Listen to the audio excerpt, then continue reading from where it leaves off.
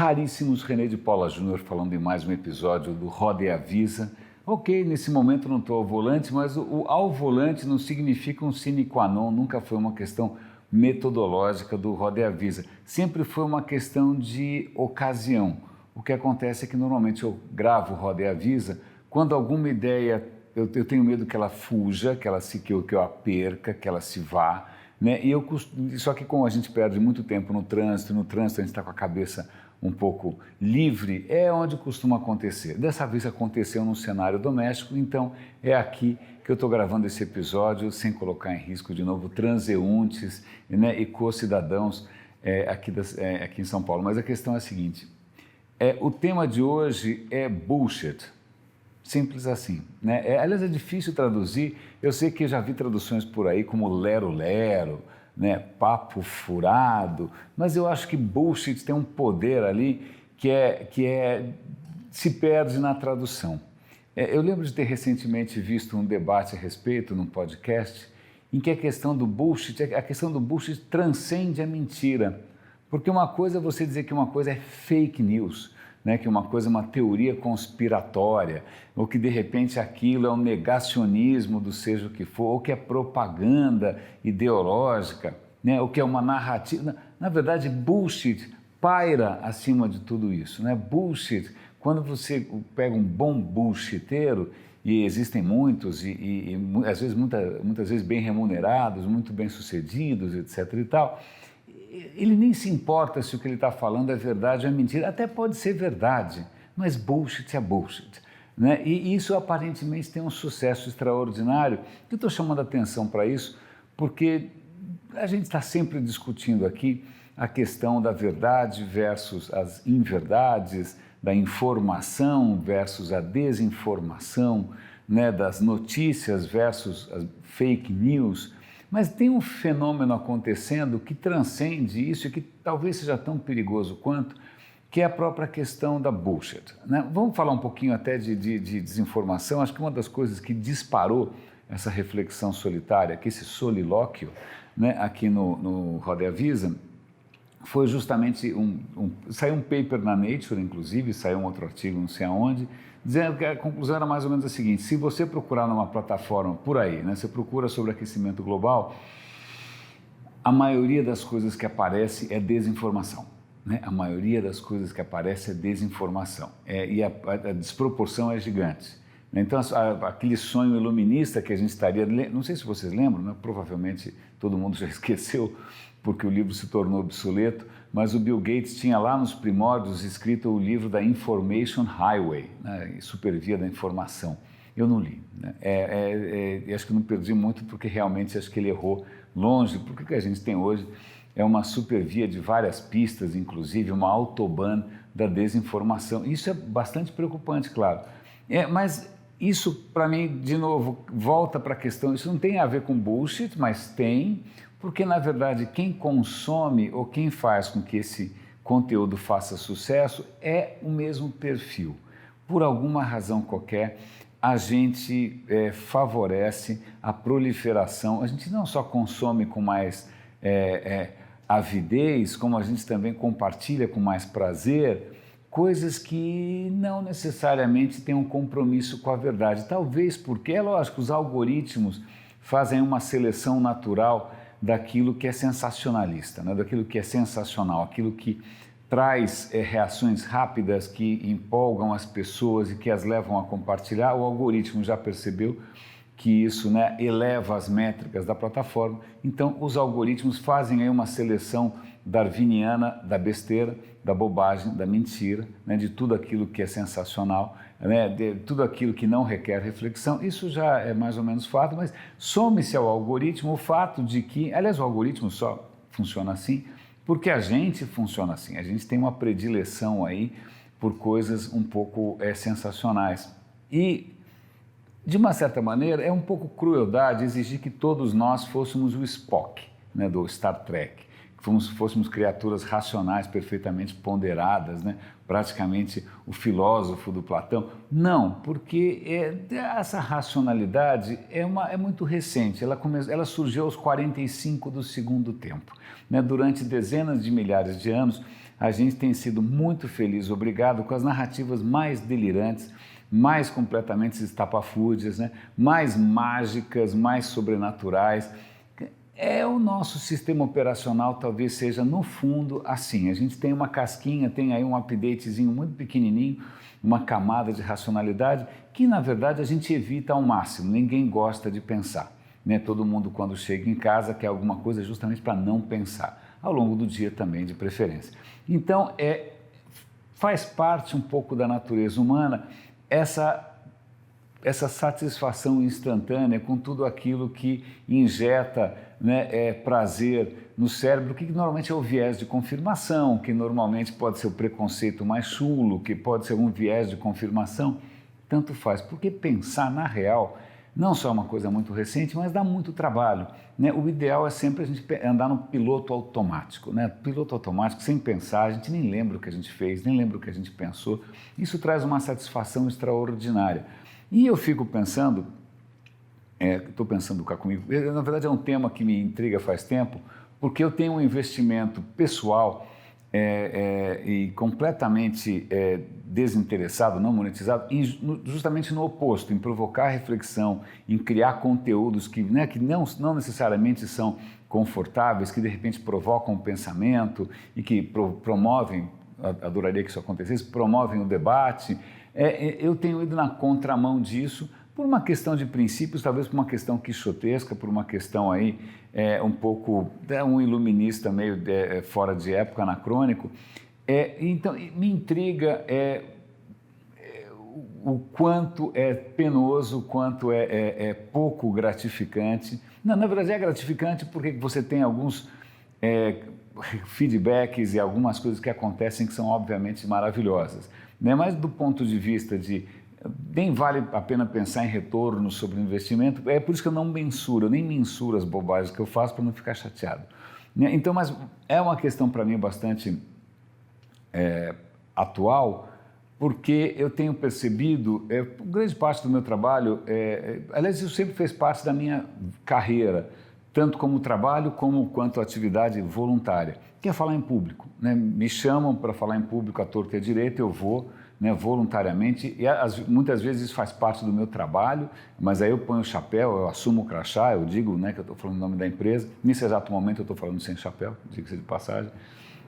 Mas a questão é o seguinte, aí você percebe que existe uma indústria gigante, né, existe um fenômeno de massa acontecendo, que são as palestras, né, que são essa busca das pessoas para ouvir coisas, né? Eu tenho cá para mim também que talvez parte desse interesse é um interesse meio circense, né? Como você vai no circo para ver, sei lá, a mulher peluda, a mulher barbada, o homem macaco, seja lá o que for, a gente vai numa palestra para ver aqueles últimos exemplares, né, que é uma espécie em extinção, que são as pessoas que falam sem PPT, que falam, né, que tiram coisas da cachola. Imagina, elas têm conteúdo local, conteúdo offline, mas que coisa, né? Elas não precisam procurar. Então, acho que tem uma curiosidade com essas criaturas já um pouco antiquadas que funcionam offline. Nós somos praticamente máquinas de escrever, né?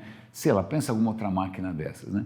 Então, talvez tenha essa curiosidade com pessoas que têm facilidade de expressão num mundo que está cada vez mais autista, talvez seja isso, mas não, mas acho que tem outra coisa que é, primeiro, eu acho que existe um esvaziamento, né, da autoridade dos discursos, quer dizer, vocês não têm mais a religião, continua havendo religião, mas a impressão que eu tenho que palestra a nova missa, vocês me corrijam, existe também muita incerteza, né? Os tempos atuais são muito incertos, tem muita coisa em xeque, e existe também uma indústria da incerteza, né, em insistir que nada mais é certo.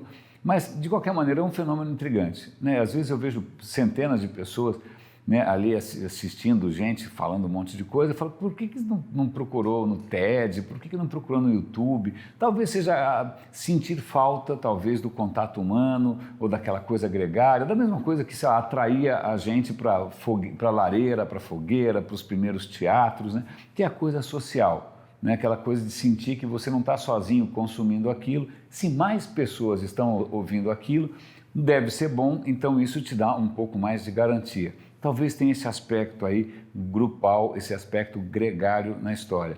Mas tem um outro aspecto que não é tão bacana assim e pode ser uma sei lá, uma conclusão precipitada minha, que é a seguinte: palestra é uma maneira de transmissão de conhecimento que tem vários benefícios, por assim dizer, né? Um deles é que você não precisa estudar. Segundo, é que não tem prova, né? Terceiro, o cara que está falando não sabe se você é mau aluno ou não, se você é burro ou não sabe quem é o CDF.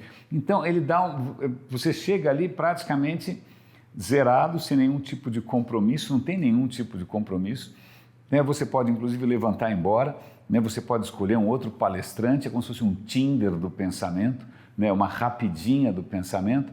Mas acho que tem outro aspecto também que pode estar cumprindo um papel aqui, que não é só a questão de você não ter provas, você também não ter lição de casa, não ter nenhum tipo de preparação, mas acho que é a questão também da ausência de compromisso, né? Não é que você se inscreveu numa coisa que você vai ter que terminar para tirar o diploma. Você entra e sai. É praticamente um buffet self-service, né? Você pega o que você bem entende, né? Você não precisa... E aí tem um outro fator, gente, eu estou realmente improvisando aqui, que é um pouco, que talvez tenha aqui um certo peso, que é o seguinte: talvez, num processo mais tradicional, né, de transmissão de informação, de compartilhamento de informação, em que você tem uma distância, então você tem um professor versus os alunos, né, você tem, sabe, o discurso oficial versus não sei quem. Primeiro que existe uma verticalidade, né, que nem sempre é confortável, né? Quando o cara, sei lá, tem autoridade, olha, eu estou ouvindo aqui o papa do assunto tal, e o que ele falar é lei, ainda vai. Mas eu não sei se, e aí vem uma questão interessante, que eu me lembro, no tempo dos gregos, existia uma questão chamada doxa. Doxa era o reino da opinião. Os filósofos ficavam loucos com essa história da opinião, porque a opinião não precisa ser fundamentada, a opinião não precisa de lição de casa, a opinião não precisa de preparação. As pessoas simplesmente têm opinião. Pegaram não sei de onde, elas acham que é delas. Na verdade, normalmente é emprestada, normalmente pegou de carona, mas de qualquer maneira é uma opinião que ela juntou ali, aquele buquê de lugares comuns.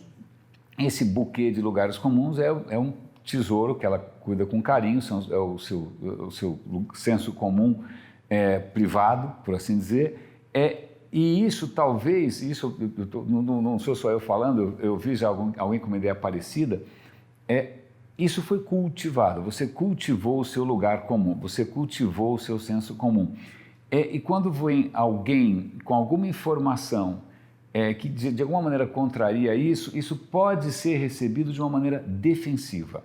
Quem é você para questionar, né, ou para me forçar a repensar, a reescrever, a rever, né, aquilo que estava tão arrumadinho? Quem é você para bagunçar o meu coreto? Né? Então, talvez haja aí, no mundo de hoje, uma facilitação dessa reação defensiva. Né? Deus me livre, eu já tenho aqui as minhas ideias, eu não quero que ninguém venha bagunçar, então eu vou escolher aquilo que não vai ameaçar aquilo que eu cultivei com tanto carinho, mesmo que seja uma coleção gigante de teorias da conspiração, maluquices, ou seja o que for, mas é sua, né? Como direito à burrice privada. Né? Então é curioso porque talvez eu tenha sido ingênuo durante muito tempo, talvez porque eu sempre fui meio CDF, eu não sei, pode ser isso, né? Eu sempre imaginei que de repente existe como um processo de osmose, né? Você tem uma cabeça com uma maior concentração de conteúdos ricos e uma cabeça com menor concentração de conteúdos ricos. Então, assim, a transmissão de conhecimento seria praticamente vasos comunicantes, né? Você está ali, mas na verdade não é bem assim. A outra cabeça não está vazia, a outra cabeça está cheia de coisas, ou pelo menos se julga cheia de coisas, e pelas quais ela tem muito apreço, mesmo que seja realmente uma ilusão das maiores.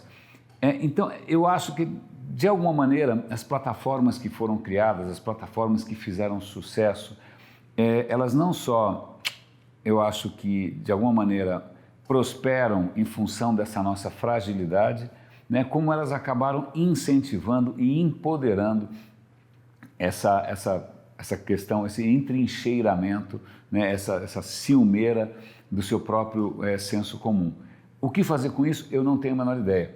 Mas é muito curioso, eu acho que vale a pena, até vale para mim, vale para todo mundo, né, para a gente pensar um pouquinho o que faz a gente gostar dos conteúdos que a gente consome, o que faz a gente procurar e o que faz a gente eventualmente fugir, evitar, né, ou ter horror a alguns tipos de situação que de repente possam ser, na verdade, desconfortáveis, justamente porque você está correndo grande risco, né, de ver os seus lugares comuns de alguma maneira desestabilizados. Ah, que saudade que eu tenho de professores como já tive, como Luiz Fugante, em que cada fala dele eu sentia as minhas certezas desmoronando, desmantelando e surgindo alguma coisa nova.